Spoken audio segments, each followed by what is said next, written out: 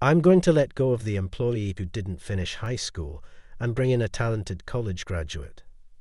Haha, I was unfairly accused of a mistake I didn't make and was informed I would be let go despite having dropped out of high school and contributed to the company for nearly a decade.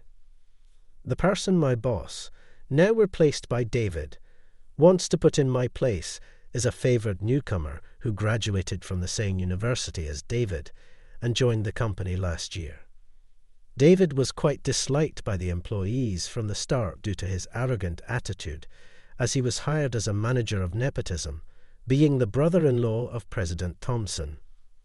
The new hire from the same university probably seemed endearing to him, being one of the few who didn't know enough to keep their distance.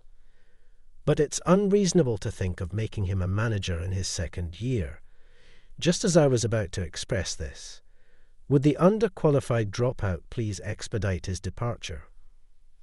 Ah, David, mocked me, seeing a junior employee smirking behind him. Tuning David out, I sighed deeply and accepted my termination with it. Understood. I was grateful to President Thompson and didn't hate my job. But what happens next is no longer my concern. Let David and his favorite deal with the consequences. My name is Nathan. I resided with my parents and a younger brother 3 years my junior until our parents divorced when I was in the 3rd grade. I remember how my brother, who was very close to me, cried when it was decided that I would live with our mother and he with our father. My mother didn't want to split us up, saying we were close, but my father strongly objected. Even if my father took both of us, it would be difficult for my mother, who had been a stay-at-home mother, to pay child support for both. And if my mother took both of us and received child support from my father, it would still be a tight life for the 3 of us. It was clear that as we grew older, the cost of food would increase. I didn't want to be separated from my brother either, but I was left speechless when my father asked if I was okay with my brother living hungry. My father argued that it was best for each parent to take one child without child support, claiming it was a mercy for him to take my brother, who had 3 more years of care. Despite my mother's resistance to separate us, she couldn't convince my father. So, at the end of my 3rd grade year, I ended up living with just my mother. My mother, who had been a stay-at-home mother, was worried about finding a job. But she got hired by a home service company within 2 weeks. While she laughed that her housewife experience came in handy, I occasionally caught her in a state of melancholy. She probably worried about my brother. Despite my requests to see my brother, my father always found excuses not to let us meet. Too busy with the new school, tired from daily lessons, no time due to after-school club activities, the reasons varied. But my mother and I never got to see my brother. By the time I entered middle school, my mother seemed less depressed about not seeing my brother. Perhaps she had adjusted to our life together or resigned to the fact that my father wouldn't allow it. We managed a stable life. My mother's job was stable, and my grades were good, thanks to her advice to focus on my studies to broaden my future job options. Life is mostly spent working, not studying. The choice of job can significantly affect one's life quality. Hence, it's wise to work hard in school to increase job options. That was my mother's belief. Though she had been a stay-at-home mother, she was actually a graduate of a prestigious university and had worked for a major company. It seems she resigned from her job at my father's request when they got married, but she regrets that decision now. Being a significant corporation, they offered comprehensive benefits, and numerous parents opted for reduced working hours to accommodate childcare needs. She met my father while he worked at a branch of that company. Looking back, he probably wanted me to stay home because he didn't like me working at a bigger company than his. I agreed with her words. The father I was acquainted with consistently exhibited a sense of superiority. He looked down on my mother just a stay-at-home mother. Whenever he was displeased, if my mom hadn't retired, there's no way anyone at the headquarters where she worked could have spoken to her like that. Hearing that story really drove home the importance of choosing the right workplace. If my father worked at the parent company and my mother at a branch, I'm sure he would have looked down on her, even though she was working too. Given how my father is, he probably behaves terribly towards anyone he considers beneath him, even outside of work. I decided I didn't want to be demeaned by people like my father in my career. Thinking about my future, I enrolled in a technical high school, strong and tidy. The high school I attended ranked around 30th nationwide, indicating it had a fair share of bright students. Perhaps because of that, there weren't a small number of female students, and I even got a girlfriend for the first time in high school. I thought I was having a smooth-sailing high school life, but then just after I advanced to my sophomore year, my mother suffered a heart attack. That day was so cold that it snowed, even though it was April. I contacted my father for the first time in years. I wanted to ask for financial support. I didn't expect my father, who hadn't even sent me a word for birthdays or congratulated me on my entrance or graduation, to help, but he's still my father after all. We agreed on no child support, didn't we? You'll have to manage on your own. Though it was a faint hope, my father flatly refused me. I quickly started a part-time job. It was at a diner run by an elderly couple nearby. Knowing my situation, the elderly couple took quite a liking to me. The meals they provided were lavish, and they were generous with my wages too. Thanks to them, I was able to continue living as before, but one day they said, "We've decided to close the diner." Sorry. They decided to close due to physical limitations. I later heard from a regular customer that the business was barely making it, despite that. They provided lavish meals for me and were generous with my pay, which made me feel guilty. The next part-time job I decided on was at a convenience store. But due to a staff shortage, I ended up working long hours from 4 p.m. to 10 p.m. after school, and from early morning at 5 a.m. to 7 a.m. right before going to school. I ended up spending 9 hours a day on part-time work, regardless of weekdays or weekends. I was supposed to work only 5 hours from 5 p.m.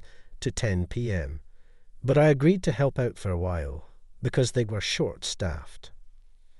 However, this became the norm, and there was no improvement even after more than 2 months. With almost no free time left, I was dumped by my girlfriend and began to neglect my studies. After a while, I ran into the elderly couple who owned the diner where I first worked. They happened to come to the convenience store with their grandchild. The elderly couple was surprised to see me. I had lost a lot of weight. Concerned for me, the elderly couple invited me to come to the diner on my days off. Even though the diner had closed, it was also their home, so the couple continued to live there. When I visited them as promised after school on a weekday off from my part-time job, the couple prepared a lavish meal, just like they used to when I worked for them. And then I was informed that I was being made to work illegally. 15 to 18-year-olds can only work 8 hours a day, up to 40 hours a week, according to the law. I was working 9 hours a day without breaks and 54 hours a week with a 6-day work schedule. You'll ruin your health working like that. The couple was worried. But I told them I was thinking of dropping out of school. Since starting the convenience store part-time job, I couldn't keep up with my studies, and being in the same class as my ex-girlfriend was tough. In hindsight, I should have quit the convenience store job and looked for another one, but at the time, I wasn't capable of rational thought. I was preoccupied with thoughts of dropping out. The elderly couple apologized, thinking the closure of their diner was to blame, But they weren't at fault, not at all. Your kindness was a great help to me. I'm truly grateful. I expressed my gratitude. When I did, the elderly couple offered to introduce me to a company run by their son. If you're going to work after leaving school, it might be better to be a full-time employee rather than a part-timer, they suggested. With that, they introduced me to the father of the grandchild they had brought to the convenience store the other day.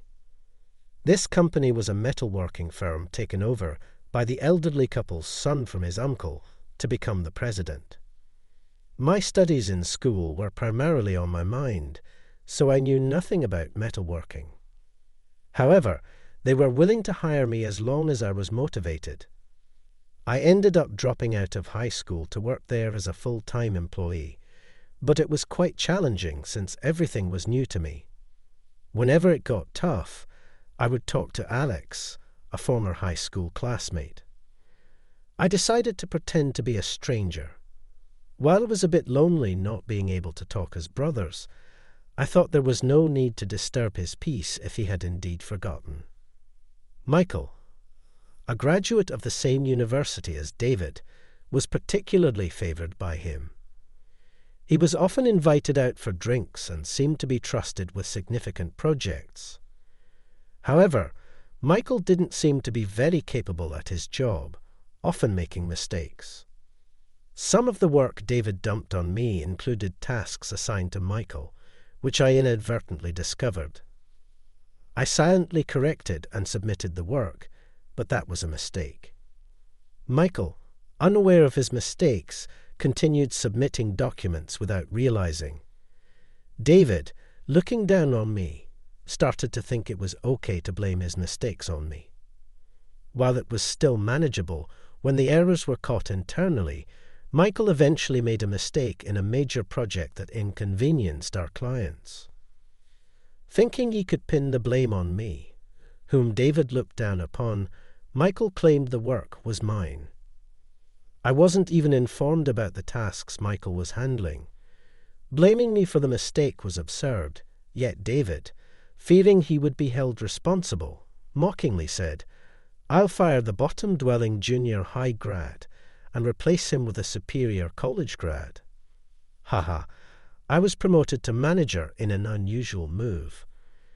Though the department only consisted of Sarah and myself, it would be unreasonable to make Michael, who was only in his second year, a manager. When I was about to say so, "Could the incapable junior high grad please quit already? Haha," David mocked me. I realized the endearing Michael I once knew was gone, seeing Michael smirking behind David, who was making snide remarks. I sighed deeply and accepted my dismissal with an understood.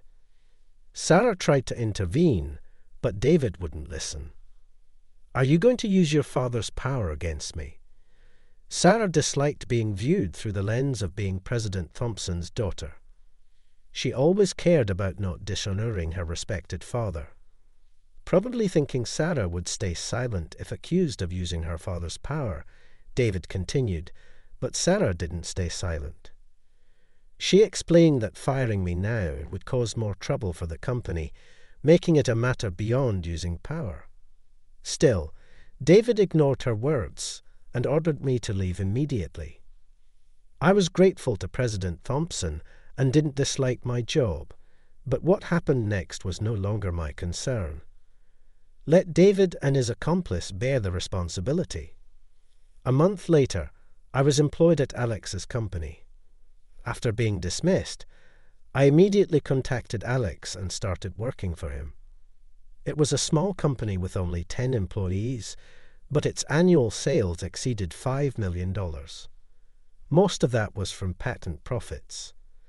In addition to the patents Alex and I obtained, the company had acquired more. Alex's company developed parts and sold the patent technology.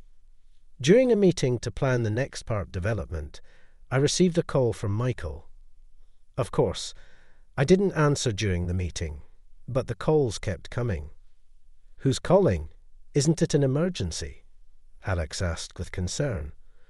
But after I informed him it was a junior from my previous company, I turned off my phone. After the meeting, I turned on my phone and found a message. "Big bro, my bad. Please answer the phone." It was written like that. Michael recognized me as his brother, yet he had set himself up as an only child and looked down on me, which infuriated me.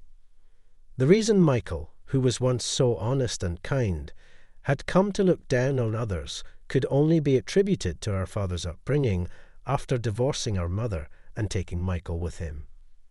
It seems my father quickly remarried another woman. Essentially, he had been having an affair. This woman, a career-oriented individual who didn't want children, was apparently willing to raise Michael since he was still young. That's why my father was adamant about taking only Michael. The new woman in his life, who became Michael's stepmother, spoiled him rotten. Anything he wanted was bought for him, and she allowed him to do whatever he wished. Michael came to prefer his indulgent stepmother over our mother, who had scolded him for wrongdoing and taught him to refrain from sweets. Consequently, he began refusing visits with me and our mother. The message detailed these circumstances, but ultimately it seemed to justify his behavior rather than show any remorse. As I read the message, another call came in, this time from David. Wanting to end the nuisance, I answered intending to express my annoyance. But David immediately demanded that I continue to allow him to use the patents at the previous rate. The part Alex and I developed during his summer break happened to be effective for a product my former company was developing. If I had developed the part while at the company, the patent rights would belong to them. But this part was something Alex and I had developed personally. Its economic value was estimated at around $10 billion. However, out of gratitude to President Thompson, I had set the usage fees quite low. Alex had agreed to this, but now that I had left the company, we had returned to the original price. Didn't Sarah say the company would be in trouble without me? It was David who wouldn't listen, right? I had been in charge of the Patent Affairs Department within the General Administration Division, which handled various administrative tasks, including patent applications and licensing. I was promoted to manager because I had obtained patents. It was baffling that David, overseeing the General Administration Division, didn't understand patent matters. Sarah, who had worked under me, was, of course, aware of the patent usage fees. She'd have tried to persuade David to revoke my dismissal. Unaware of such details, David had no right to complain about the fee increase. After all, it's Alex's company that grants the patent usage permissions, and there's nothing I can do if he's asked about it. The management of the patents for the parts developed by Alex and me is entirely entrusted to Alex's company. Without President Alex's permission, providing the patents at the previous rates is impossible. Even if they ask me to let them use it cheaply as an individual, there's nothing I can do. David, learning this for the first time, demanded that the person in charge visit him, demanding that a representative from the company granting the permission come to the company. Requesting to use it is beyond impolite. Disgusted. Alex was studying metalworking in the mechanical department, so he was able to give me advice. Even after I left high school, he kept in touch and was a significant support who always worried about me. As Alex was about to enter his third year of high school summer vacation, he made a proposal to me. He suggested doing something big using the information engineering I had studied and the mechanical technology he was learning. I was surprised by such an unexpected suggestion. Wouldn't it be difficult to find a time while working? I asked. Alex didn't expect me to freeze in shock. He was concerned about time. I know you're concerned about my time because you're aware of the tough times I went through with my convenience store part-time job during high school, I said. I decided to accept his proposal, hoping to make it a memorable summer vacation for Alex, who was always so considerate. I started spending my time after work and weekends with Alex. Though it was Alex's idea to do something big, he didn't have a specific plan, so we had to start from scratch. After many sleepless nights, the parts we created were patented. We'll be rich if this hits big. We joked around, getting carried away. We had acquired a total of 3 patents by the time Alex was about to graduate from college. Alex had established a company to develop parts with patents while he was still in college. I was invited to join the management, but I declined out of gratitude to President Thompson, who had hired me after dropping out of high school. Instead, I agreed to help as an advisor. Around this time, I was transferred from factory work to an office position at the headquarters. Shortly thereafter, President Thompson's brother-in-law joined the company as a department head. This department head was the brother-in-law of President Thompson's wife. Whether it was due to his rapid appointment or his inherent nature, he behaved arrogantly and was disliked by the employees. The following year, President Thompson's daughter Sarah joined the company. Sarah, being President Thompson's daughter, never flaunted her status and was earnest about her work. This was in stark contrast to David, who acted arrogantly because of his family ties. David believed he would be the heir, since President Thompson had only a daughter. However, with Sarah's entry, all the employees started to see her as the successor. Displeased with this, David began to take his frustrations out on me. David seemed to have always resented me for being a high school dropout with only a junior high school diploma. I have been subjected to unreasonable overtime and work dumping, but recently the direct insults have started. It seems that President Thompson isn't fond of David, as he hardly ever speaks to him at the office. Even when David initiated the conversation, it quickly ended. David is a college graduate and a family member. Despite holding a managerial position, he is not taken seriously. In contrast, President Thompson, who had hired me personally, took an interest in me and often initiated conversation. That probably made David dislike me even more. The following year, I had a fateful reunion. To my surprise, my brother Michael, who had been taken away by our father and with whom I had lost contact, joined the company. Michael, who had grown into a fine young man since graduating from college and joining the company, still had traces of the child I remembered. However, Michael was somehow considered an only child. Wondering if perhaps Michael didn't remember me, I told him never to contact me again and hung up immediately, setting my phone to reject his calls. A few hours later, I received a call from my father. Assuming it was Michael crying to him, I decided to answer. As expected, he wanted me to reconsider the patent fees for Michael's sake. The condition was that I had to be working there.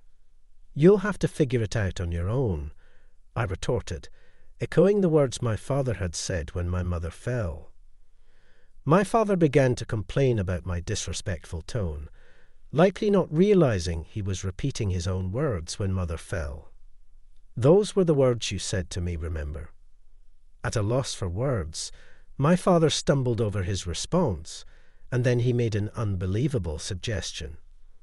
"That's right. It must be lonely living alone, right? Why not come live here with your new mother?" he offered. "What are you talking about?" "I've been living with my mother all this time," I replied. "My mother, who fell ill during my high school years, has since fully recovered and is back to work. A few years ago, she even started her own housekeeping company, actively hiring single mothers, which has been featured in magazines. It seems both my father and Michael thought our mother had passed away. You thought I was all alone, yet you offered me no help when I was in high school," I said. When I mentioned this to my mother, she said, "It's your fault for not consulting me."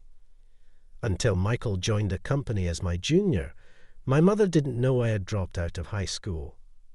Even after dropping out, I continued to pretend to go to high school. She believed I was being supported financially by my father and felt guilty towards him. However, when Michael joined the company and started mocking me for being a junior high school graduate along with David, I became irritated, forgot my lie, and complained to my mother, which led to her discovering the truth. After scolding me for acting recklessly and making decisions on my own, my mother apologized to me repeatedly. But it's not like she wanted to become sick. My father, who knew I was struggling but chose not to help, was the most to blame. As we talked, my mother also became irritated, and we ended up complaining about my father together. Dropping out of high school was beneficial since it led to obtaining patents, so it wasn't all bad, although I'd be lying if I said I didn't miss my high school days. I don't regret my decision. Later on, after hearing the story from Sarah, President Thompson fired David and gave Michael a 6-month pay cut.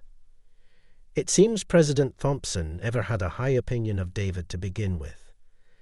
He regretted hiring David, who had been pushed onto him by his wife's sister with a condition that he could be fired if he caused any trouble. Michael, still young, was given a chance for re-education in hopes he might change his ways with just a pay cut. I knew about this because Sarah told me after I left the company. Sarah kept inviting me out to eat, thinking she was trying to appease me over the patent rights. I continuously refused. Eventually, feeling guilty for refusing so many times, I clearly told her, "I don't have the right to decide the price of the patents, so I can only keep refusing your invitations." Sarah was surprised, not realizing I had felt that way about her invitations.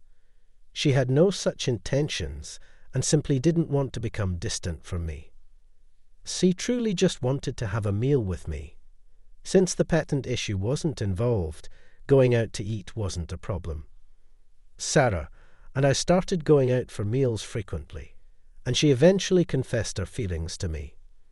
Surprised, as I hadn't expected her feelings to be romantic, I accepted her confession, having harbored some feelings for her myself. Now I'm more smitten with Sarah than she is with me. Although President Thompson asked me to return, I declined, saying I enjoyed my current job. I didn't dislike metalworking, but I found the work in part development more enjoyable. President Thompson accepted this, saying it was fortunate I found a job I enjoyed. We've since established a good relationship, even forming joint research and development projects between our companies. As for my mother, she filed for damages against my father and his new wife. My father claimed it was too late due to the statute of limitations, but my mother had only recently learned of the affair. She had suspected his infidelity due to his cold behavior during their marriage, but had no proof. However, it was only last month that Michael's message turned my suspicions into certainty. My mother is determined to thoroughly punish my father for not offering a helping hand when I was struggling. The court ruled in her favor, and my father and his new wife were ordered to pay her damages. They blamed Michael for leaking the information and kicked him out of the house. After being demoted and kicked out, Michael seems to be living a difficult life. It's unclear if that was the reason, but I heard that he was fired for getting involved with a married woman who was giving him money. If I, a high school student at the time, could support my mother and myself, then Michael, a college graduate, an adult, should be able to manage with some effort. Perhaps a bit of hardship would serve as good medicine for Michael, who had come to look down on others. Furthermore, it seems the lawsuit for damages has led to divorce issues between my father and his new wife. The new wife blamed my father for bringing Michael into the family, and my father blamed the new wife for insisting on it, leading to an unresolved situation. Additionally, My father was seemingly forced to resign from his company, not because the affair was discovered, but because my father's company was also using the patent technology Alex and I developed, and Alex decided not to renew the usage rights.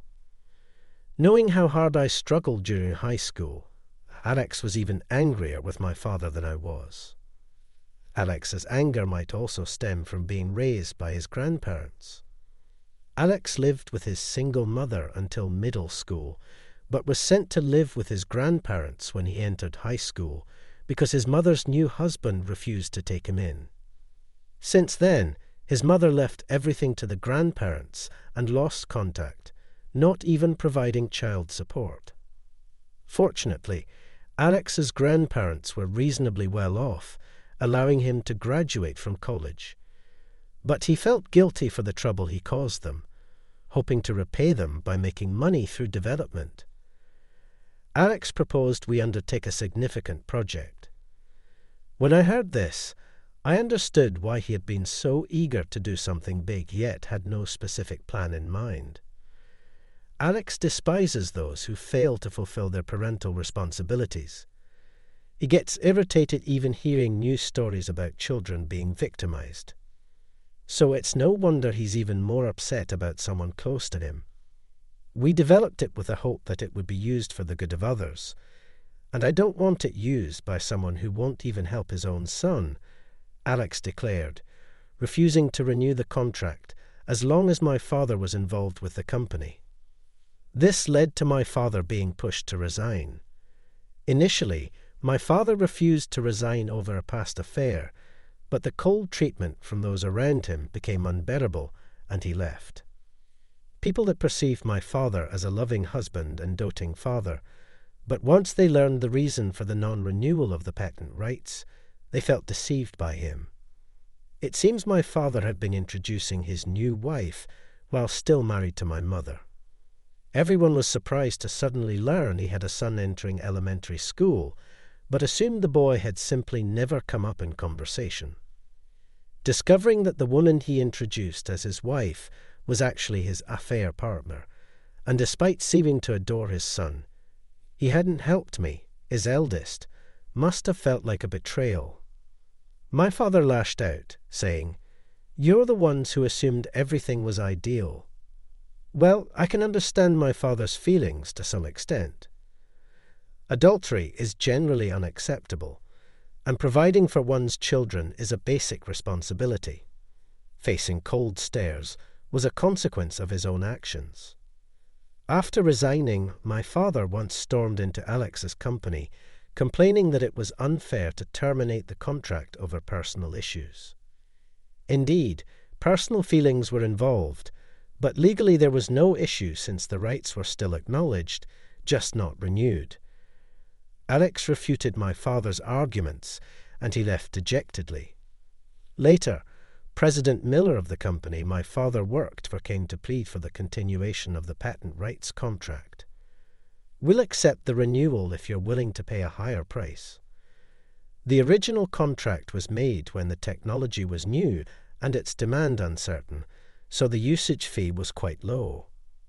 President Miller reluctantly agreed, likely because they desperately needed the patented technology. After President Miller left, Alex joked, "Is this what they call poetic justice? Promoting good and reducing evil?" Alex, striving to repay his grandparents, became the president of a successful company with an annual revenue of over $5 million and continues to live happily with them. My mother, who fought her illness while living honorably, started her own company and achieved success. Though we faced hardships, enduring adversities has led us to fulfilling lives doing what we love. Yet my father, who selfishly abandoned my mother and me, ended up unemployed and burdened with alimony payments. His new wife, also facing alimony payments, is entangled in a messy divorce with her now jobless husband Michael.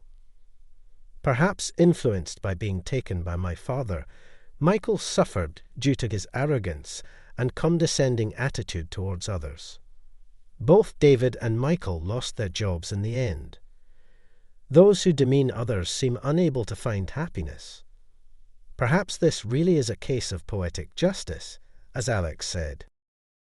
All right, everyone's presentations are done. Nick, the manager, said as he tried to move the discussion forward. Excuse me, I haven't. I recently found out something.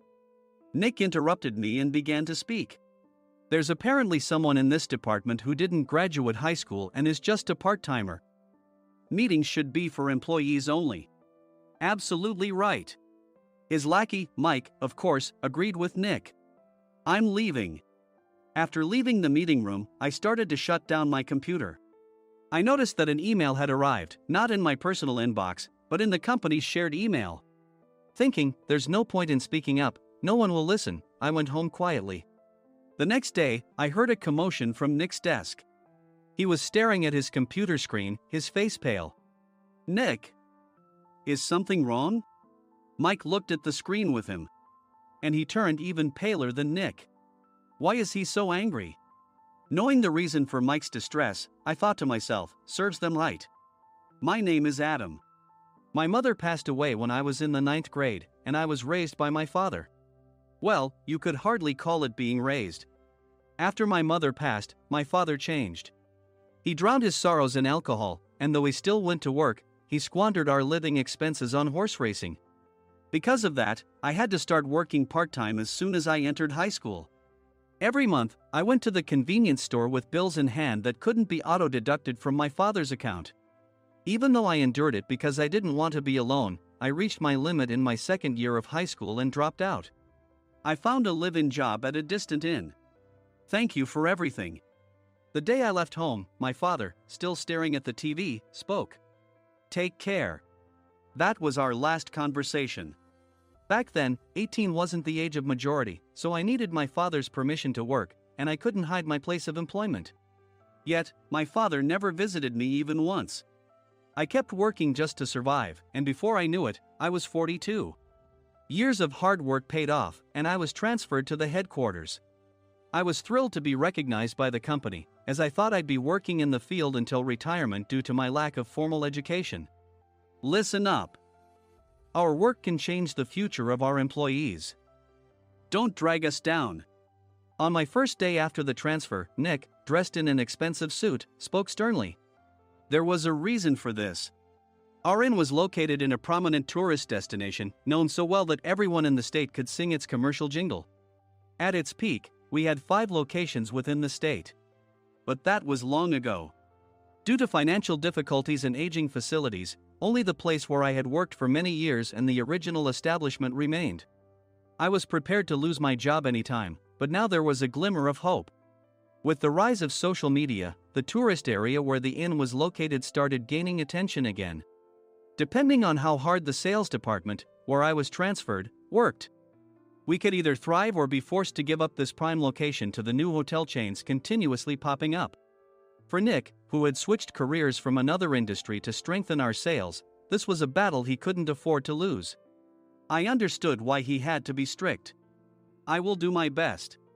Nick sneered at my enthusiastic declaration. Did you not hear what I said? I'm sorry. I thought I was listening carefully. Out of habit from years of customer service, I apologized reflexively, though I had no idea what had offended him. Someone was watching me with a smirk. In this department, there are those who are expected to excel and those who have been shoved here because they have nowhere else to go. You are the latter. It was Mike, the section chief. He's 7 years younger, at 35. But he was called to headquarters much earlier than I was and had been moving around within the headquarters ever since. I'm not jealous, but I can't accept that he's my boss. Graduating from a prestigious university, he has an unusually high pride and caused many problems as a newbie, making things very difficult for me when I was the front desk leader. When I found out Mike was transferred to the sales department a month before me, I was disheartened. Mike is right. With just a middle school diploma, there's not much you can do. Don't even think about achieving results. As if I didn't exist, Nick remarked, I'm thirsty. Mike eagerly ran to the coffee maker. It seems Mike is Nick's lackey. I regretted being happy about my transfer to headquarters, wishing I had stayed on site forever. Send a direct mail to every company on this list by the end of the day. Nick only assigned me tasks that even a new graduate could handle. What? There are over 1,000 companies. You want me to send to all of them by today? Yes, if you and your fellow misfits split the work, even those with nowhere else to go should finish by today. I glanced at the employees typing away expressionlessly. They were worn out from customer service, only thinking about leaving on time, or were women reassigned after having children. With zero motivation for work. Even Sam, a new graduate from the same university as Mike, who was supposed to be among the expected achievers, had no enthusiasm for the job. Having joined the company wanting to do customer service. I don't care what they say, I plan to quit anytime, he said. Only Nick and Mike were highly motivated, making all the decisions between the two of them. I originally only wanted to work at the inn to survive and had no particular attachment to this job. I swallowed my words, thinking I had no right to reprimand them. About a month after the transfer, Nick told us with a frustrated look. To commemorate the 50th anniversary, we've decided to create a plan exclusive for one group per day. Originally, Mike and I were supposed to come up with it, but our president, Mr. Thompson, insists on hearing everyone's opinions. So, you all get a chance. As Nick explained, Mike began handing out prints. Make sure not to embarrass Nick. If your ideas are half-baked, you'll have to redo them. It seemed that they had printed his handwritten notes by Mr. Thompson, which included several questions and a section for free responses. It made sense why Nick had to seek our input, given that all responses had to be submitted to Mr. Thompson. We were given a week to think about it, and a meeting was scheduled to compile our ideas. My plan is to let guests enjoy both the old and modern America. Nick began the presentations. Guests would watch a master confectioner at a nearby traditional sweet shop make sweets in front of them. The welcome drink would be premium tea in a bottle. Nick's plan was certainly attractive. After his presentation, Nick called on us to present in the order we were seated. Just as I stood up for my turn. All right, everyone's presentations are done. Excuse me, I haven't. I recently found out something. Nick interrupted me. There's someone in this department who didn't graduate high school and is just a part-timer. He was likely talking about me. I joined the company as a part-timer and was made a full-time employee when I turned 20. That was 20 years ago, so Nick and Mike probably had no chance to know until recently. Meetings should be for employees only. Absolutely right. After that, Nick kept creating opportunities to solicit everyone's opinions, purposefully excluding me from speaking. The meeting unexpectedly heated up and went past the scheduled end time. A few people asked to leave, and the discussion continued with the remaining few. Still here? Normally, you'd leave in that situation.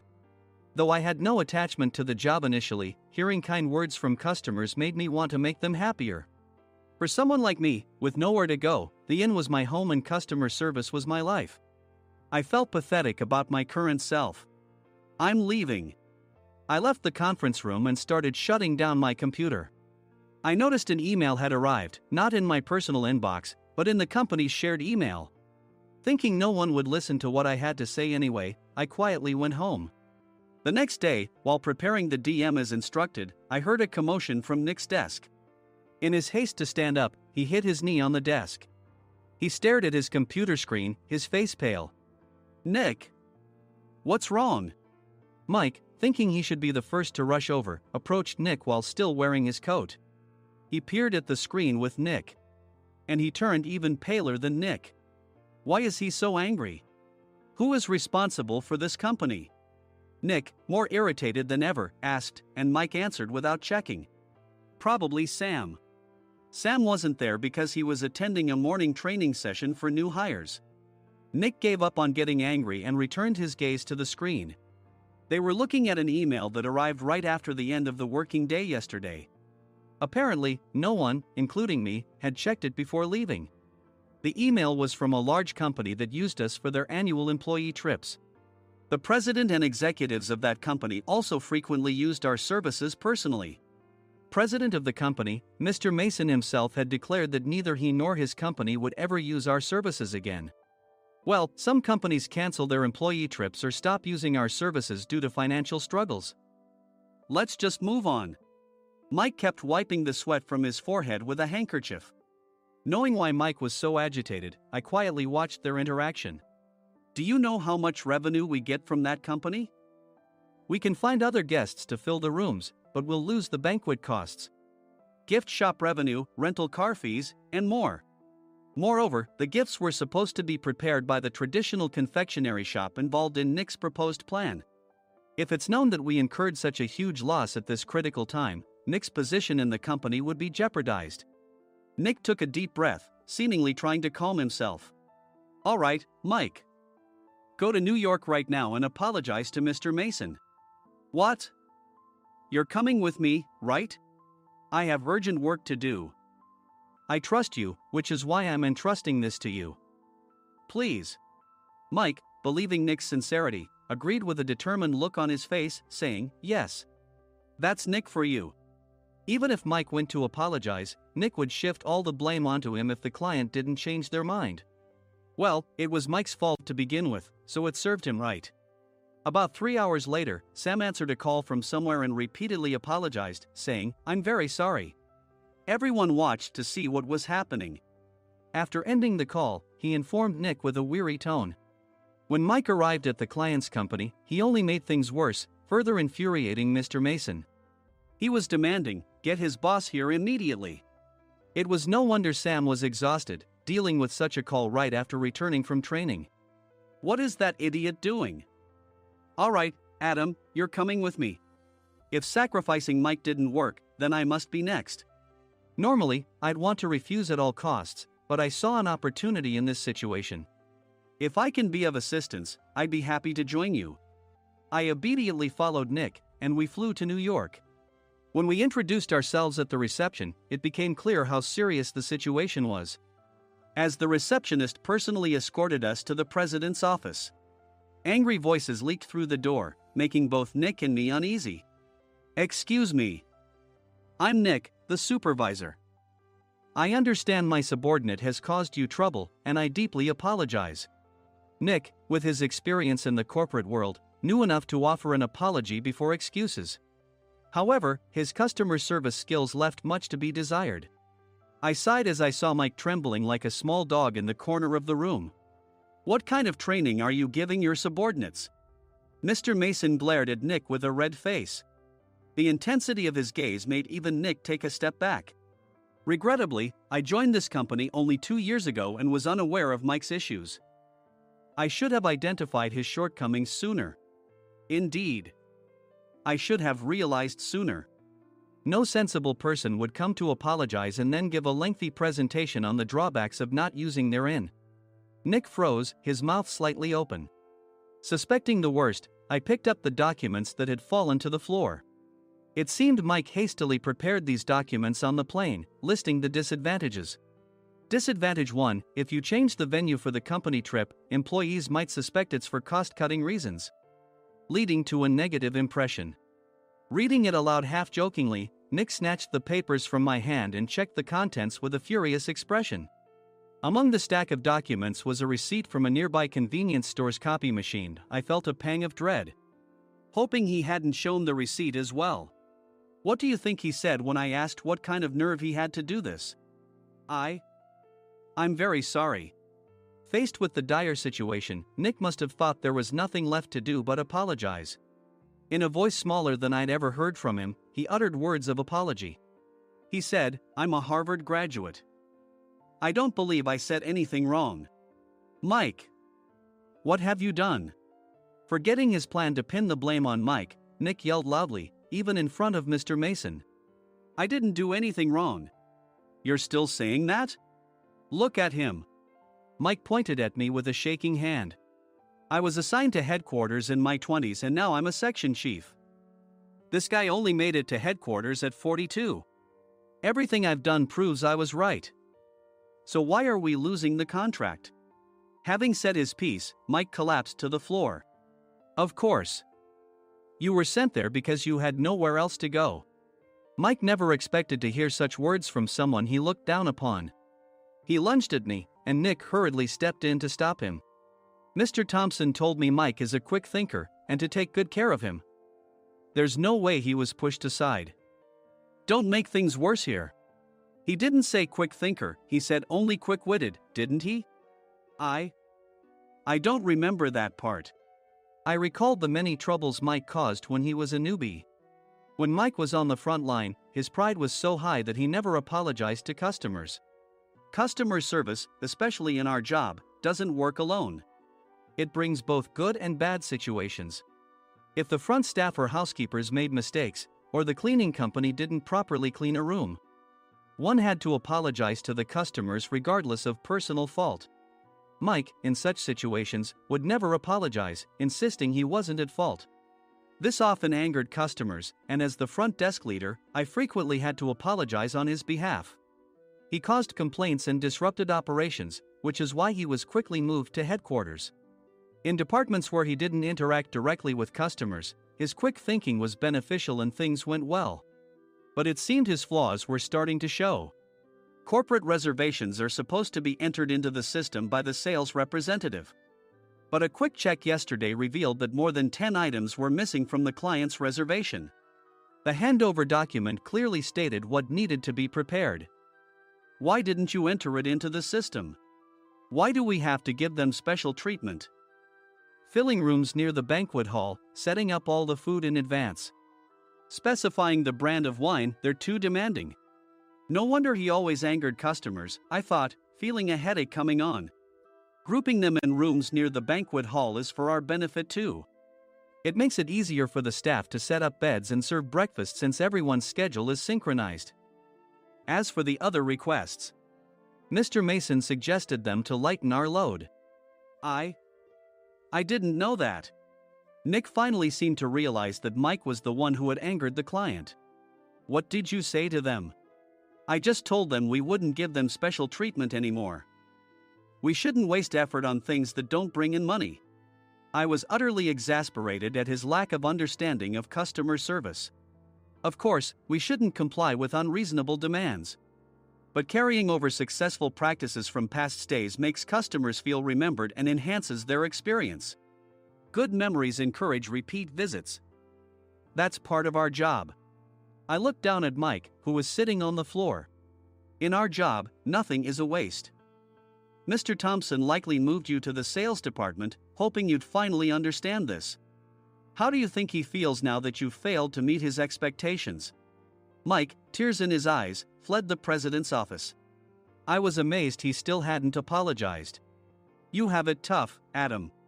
It's okay, we're all employees of the same company. I deeply apologize for this disrespectful incident. Especially after all the care you've shown us. If it weren't for you, Adam, I really would have stopped staying here. When I heard you were moving to the sales department, I was willing to reconsider if you handled it. Seeing us talk so amicably, Nick's face contorted. Do you two know each other? Adam's service is excellent.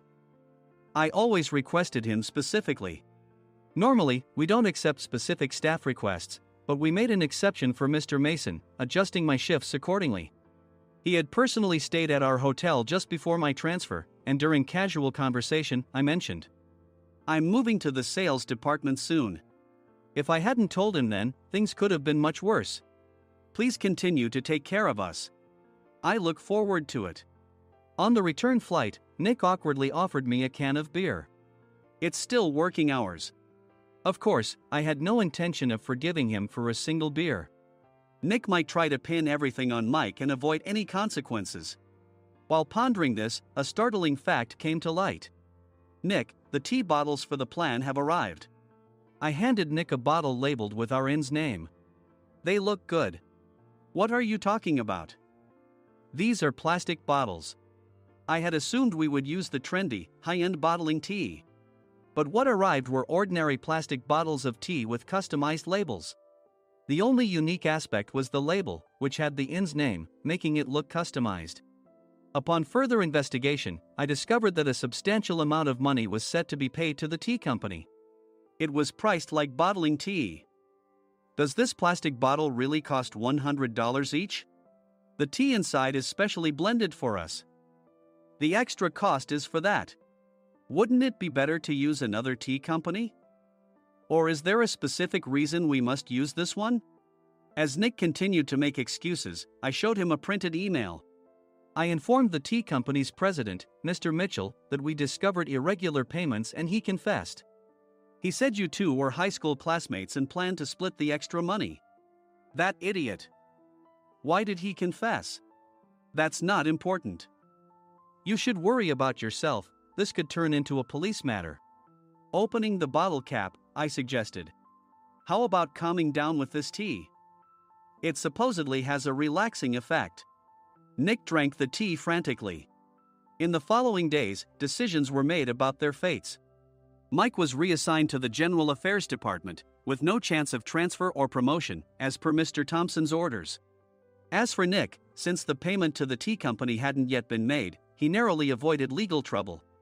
Instead, he was encouraged to leave the company, and to avoid further complications, Nick submitted his resignation. Rumor has it that connections between HR departments have made it difficult for him to find new employment. Even though it was good to have those two gone, something unexpected happened in the sales department. Everyone became motivated and united in refining the 50th anniversary plan. In the end, my plan was adopted. We collaborated with the Tourist Information Center to provide personalized guides. The plan, tailored to the number of guests, was truly special for the 50th anniversary. Hey, is Adam's family coming to stay?